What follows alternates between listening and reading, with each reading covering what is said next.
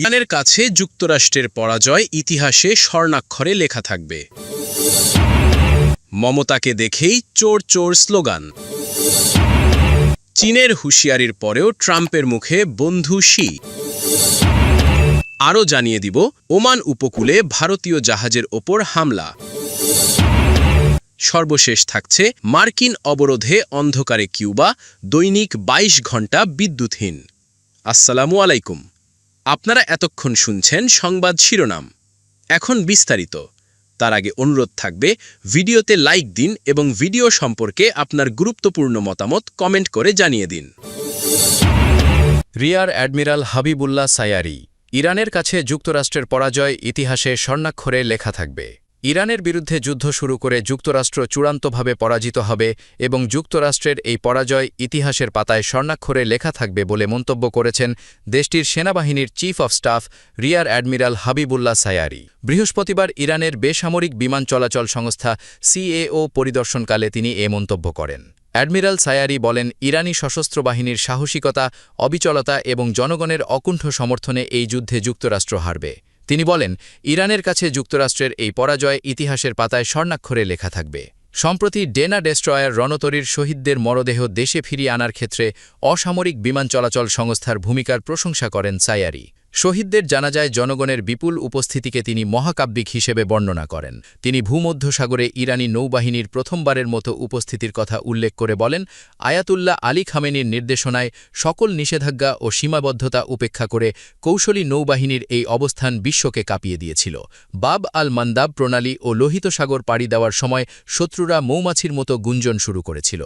সায়ারি তার বক্তব্যে ভিয়েতনাম ও ভেনিজুয়েলায় যুক্তরাষ্ট্রের হস্তক্ষেপের কথা স্মরণ করিয়ে দেন। তিনি অভিযোগ করেন, যুক্তরাষ্ট্র হত্যাকাণ্ড, অভ্যুত্থান এবং অন্তর্ঘাতমূলক কর্মকাণ্ডের মাধ্যমে তাদের অশুভ লক্ষ্য হাসিল করতে চায়, তবে ইরানের ক্ষেত্রে তা সফল হবে না বলে তিনি জোর দাবি করেন। উল্লেখ্য, গত ২৮ ফেব্রুয়ারি যুক্তরাষ্ট্র ও ইসরায়েল ইরানের বিরুদ্ধে যুদ্ধ শুরু করে। ওই হামলায় তৎকালীন সর্বোচ্চ ধর্মীয় নেতা আয়াতুল্লাহ আলী খামেনি এবং বেশ কয়েকজন শীর্ষ মাসরিক কর্মকর্তা শহীদ হন।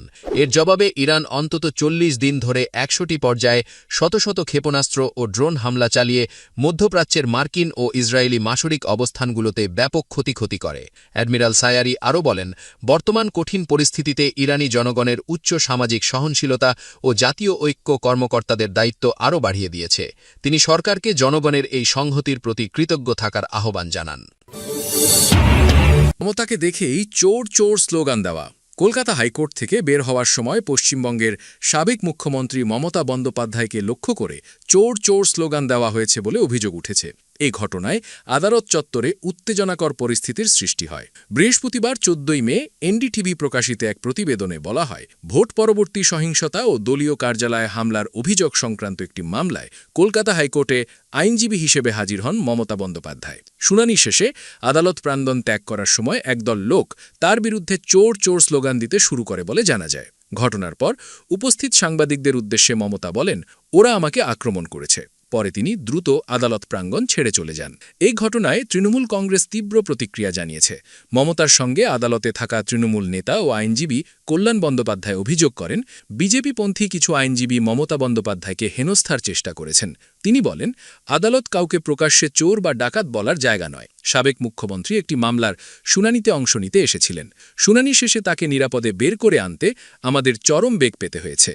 দলের মুখপাত্র অরূপ চক্রবর্তী বলেন, ভোট পরবর্তী সহিংসতার শিকার মানুষের জন্য ন্যায় বিচার চাইতে সাবেক মুখ্যমন্ত্রী আজ আদালতে গিয়েছিলেন। আদালতের ভেতরেই যদি তাকে এভাবে হেনস্থা করা হয়, তাহলে রাজ্যের গণতান্ত্রিক পরিবেশ কোথায় দাঁড়িয়েছে তা স্পষ্ট।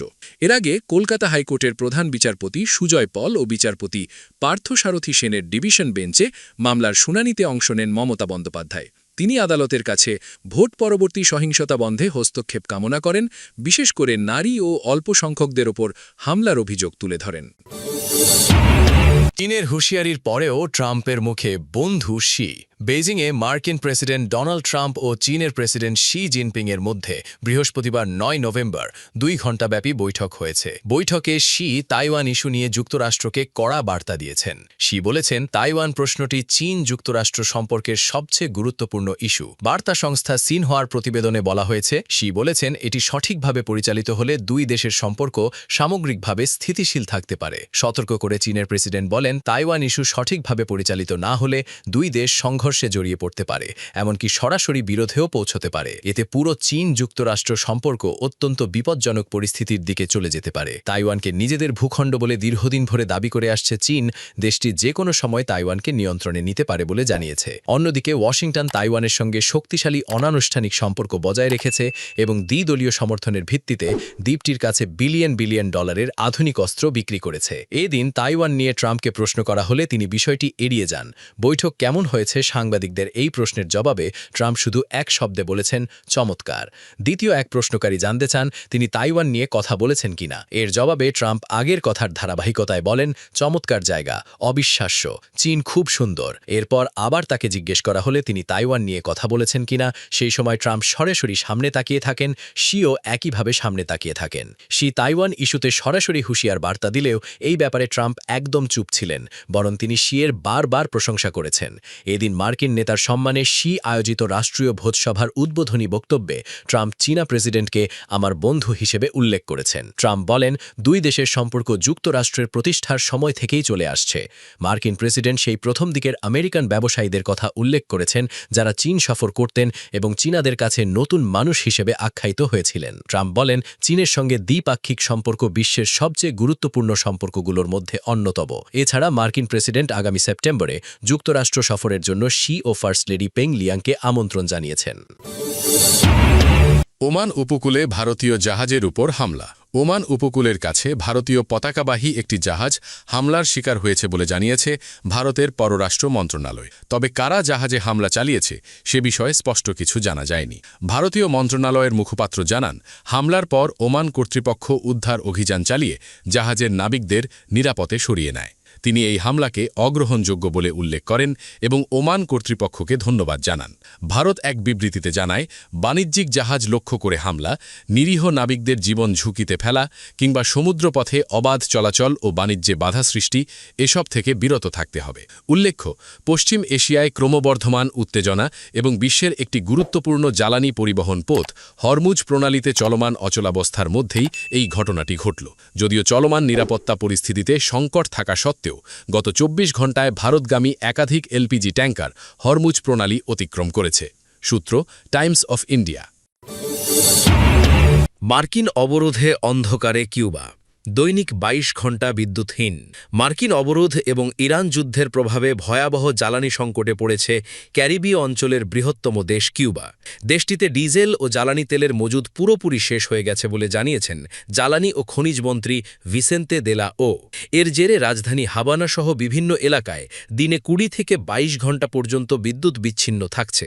রাষ্ট্রীয় গণমাধ্যমে দেওয়া বক্তব্যে কিউবার জ্বালানি মন্ত্রী বলেন, আমাদের কাছে একেবারেই কোনো জ্বালানি তেল নেই, ডিজেলও নেই। জাতীয় বিদ্যুৎ ব্যবস্থা এখন সংকটজনক অবস্থায় রয়েছে, কোনো রিজার্ভও অবশিষ্ট নেই। তিনি জানান, বর্তমানে দেশটির জাতীয় বিদ্যুৎ ব্যবস্থা কেবল স্থানীয় অপরিশোধিত তেল, নাপকৃতিক গ্যাস এবং নবায়নযোগ্য জ্বালানির উপর নির্ভর করে চলছে। তবে জ্বালানির ঘাটতির কারণে সৌর বিদ্যুতের সক্ষমতাও পুরোপুরি কাজে লাগানো যাচ্ছে না। গত ২ বছরে প্রায় ১৩০০ মেগাওয়াট সৌর বিদ্যুৎ স্থাপন করা হলেও গ্রিড অস্থিতিশীল থাকায় উৎপাদন ও কার্যকারিতা কমে গেছে। কিউবার রাজধানী হাভানায় চলমান দীর্ঘ বিদ্যুৎ বিভ্রাটে জনজীবন কার্যত অচল হয়ে পড়েছে। খাদ্য, ঔষধ ও জ্বালানির সংকটে আগে থেকেই বিপর্যস্ত নগরীতে নতুন করে বেড়েছে জন অসন্তোষ। বিভিন্ন এলাকায় বিক্ষোভও ছড়িয়ে পড়েছে বলে আন্তর্জাতিক সংবাদ মাধ্যম জানিয়েছে। জ্বালানি আমদানির জন্য বিভিন্ন দেশের সঙ্গে আলোচনা চালিয়ে যাওয়ার কথা জানিয়ে মন্ত্রী বলেন, যে কেউ আমাদের কাছে জ্বালানি বিক্রি করতে চাইলে কিউবা প্রস্তুত। তবে মার্কিন যুক্তরাষ্ট্র, ইসরায়েল ও ইরানের যুদ্ধের কারণে বিশ্ববাজারে তেলের দাম ও পরিবহন ব্যয় বেড়ে ওঠায় পরিস্থিতি আরও জটিল হয়ে উঠেছে। ডোনাল্ড ট্রাম্পের জারি করা সাম্প্রতিক নির্বাহী আদেশের পর থেকে কিউবায় জ্বালানি পাঠানোর দেশগুলোর উপর শুল্ক আরোপের হুমকি দেওয়া হয়। এরপর থেকেই কিউবার বড় দুই তেল সরবরাহকারী দেশ মেক্সিকো ও ভেনেজুয়েলা তেল পাঠানো বন্ধ করে দেয়। ডিসেম্বরের পর থেকে কেবল একটি রুশ তেলবাহী জাহাজ কিউবায় অপরিশোধিত তেল সরবরাহ করেছিল, যা সাময়িক স্বস্তি দিয়েছিল। 4 মাস ধরে চলা মার্কিন জ্বালানি অবরোধে প্রায় 1 কোটি মানুষের দেশ কিউবার গণপরিবহন, বিদ্যুৎ ও জনসেবা ব্যবস্থা মারাত্মকভাবে ক্ষতিগ্রস্ত হয়েছে। জাতিসংঘ সম্প্রতি এই অবরোধকে অবৈধ আখ্যা দিয়ে বলেছে, এটি কিউবার মানুষের খাদ্য, স্বাস্থ্য, শিক্ষা ও উন্নয়নের অধিকার ক্ষুণ্ণ করছে। সূত্র রয়টার্স।